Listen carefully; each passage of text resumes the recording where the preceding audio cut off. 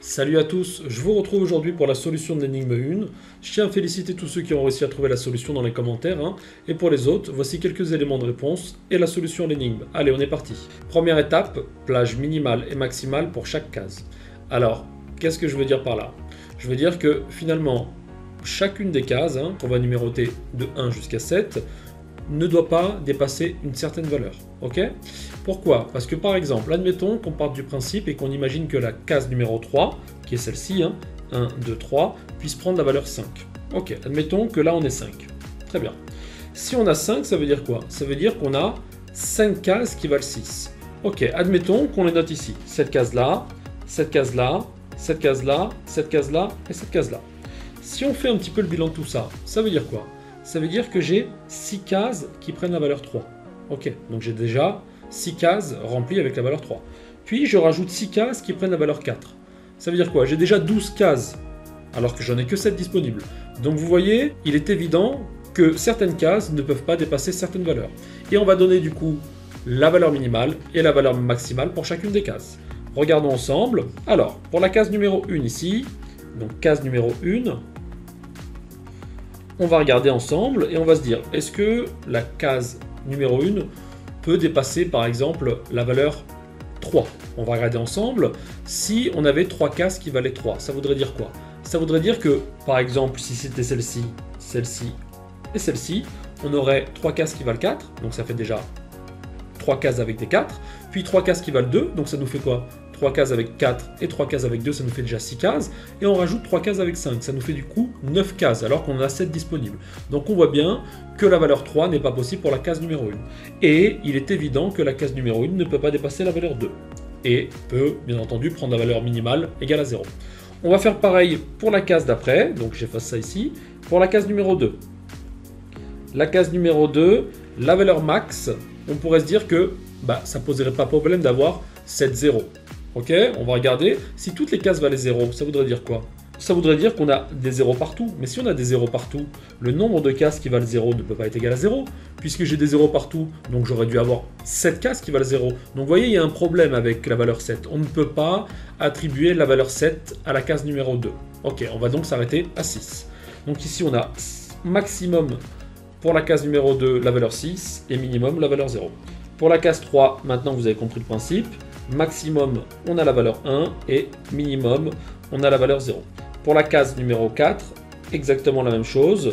On a au maximum la valeur 1 et au minimum la valeur 0.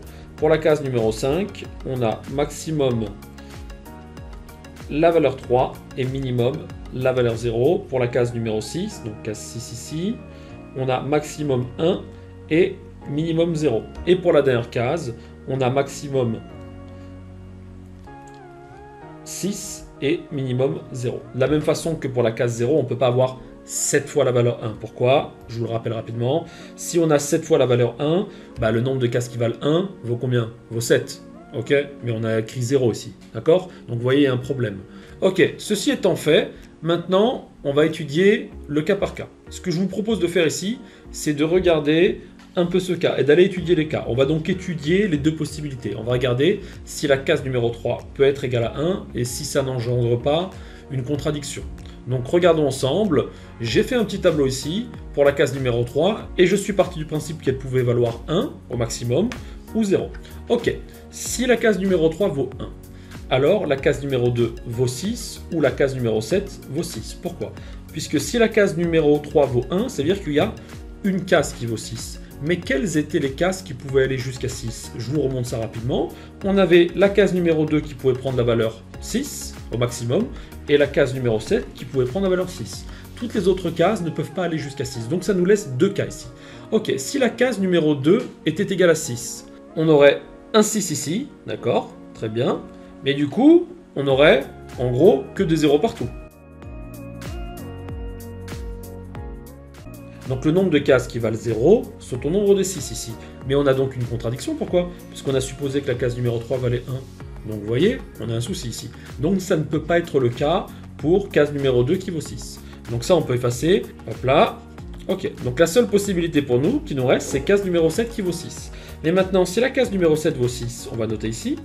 On a combien de cases qui valent 1? on a 6 cases qui valent 1. Donc on a un 1 ici, un 1 ici, un 1 ici, un 1 ici, ici et ici. Ok, mais est-ce qu'on a une contradiction ici quelque part? Oui, regardez, on a écrit quoi ici?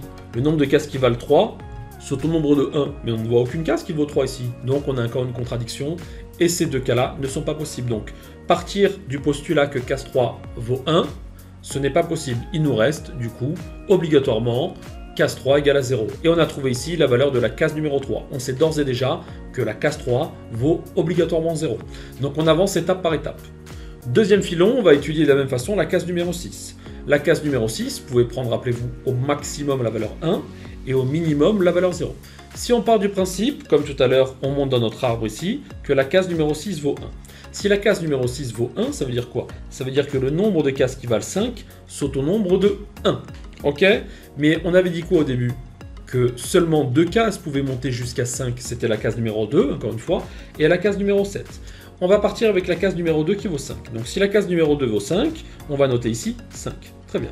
Donc on doit avoir 5 zéros placés partout. On a la case 6 qui vaut 1, d'après notre supposition, et du coup, on remplit la grille avec des zéros partout. On n'a pas le choix, puisqu'il reste 5 cases disponibles, et on a 5 cases qui valent 0. Donc on a 0, 0, 0, ici et ici. Est-ce que, à partir de là, vous voyez une contradiction? Bah oui, regardez la dernière case, la case numéro 7, elle dit quoi? Cette case vaut le nombre de cases qui valent 1. Bah on a une case qui vaut 1, pourtant on a été obligé de mettre 0. Donc, case numéro 2 n'est pas possible lorsqu'on suppose que case numéro 6 vaut 1. On va étudier maintenant du coup la deuxième option, case numéro 7 égale à 5. Donc j'efface ici pour plus de clarté, hop là. Donc on a ici maintenant case numéro 7 vaut 5. On va noter. Donc on a bien le 5 ici. Et du coup, on a la case, comme tout à l'heure, numéro 6 qui vaut 1. Donc on a, d'après cette ligne-là, 5 cases qui valent 1. Ok. Donc du coup, on a encore 4 1 à placer. On va les placer par exemple ici, ici, ici et ici. Très bien. Mais si chacune de ces cases prend la valeur 1, on n'a pas un problème ici? Bien sûr que oui, puisque cette case, c'est quoi? C'est le nombre de cases qui valent 3. Mais j'ai aucun 3 dans la grille. Ok? Je pourrais mettre un 3 ici et dire, bon, bah, ça peut suffire. Mais non, j'ai un autre 1 ici. Et ça, c'est bien le nombre de cases qui vaut 0. J'en ai pas de cases qui vaut 0. Donc vous voyez, on ne peut pas avoir la case numéro 7 qui vaut 5. Et donc, l'option case 6 vaut 1 ne peut pas marcher. Et il nous reste seulement, et de façon obligatoire, la case numéro 6 qui vaut 0. Donc jusqu'à maintenant, on a montré que case numéro 3 devait valoir 0 et case numéro 6 devait valoir 0. En avançant comme ça pas à pas, on arrive à la solution finale que je vous montre directement maintenant. Et voilà. Donc je vous ai mis la solution ici, Vous avez compris maintenant le principe pour avancer dans la recherche de solutions. Certains ont trouvé finalement en faisant des tests, sans être aussi carré dans la démarche. C'est une solution aussi. Là, je vous ai apporté une solution beaucoup plus méticuleuse et qui ne repose pas sur finalement, je dirais pas le coup de bol, mais la bonne valeur qui débloque la solution. Ok? Je continuerai à corriger les énigmes. On fera la numéro 2 dans pas longtemps et on avancera comme ça pour rattraper toutes les énigmes que je vous ai données. D'ici là, je vous souhaite une bonne soirée. Profitez bien de l'été et à bientôt. Allez, bye bye!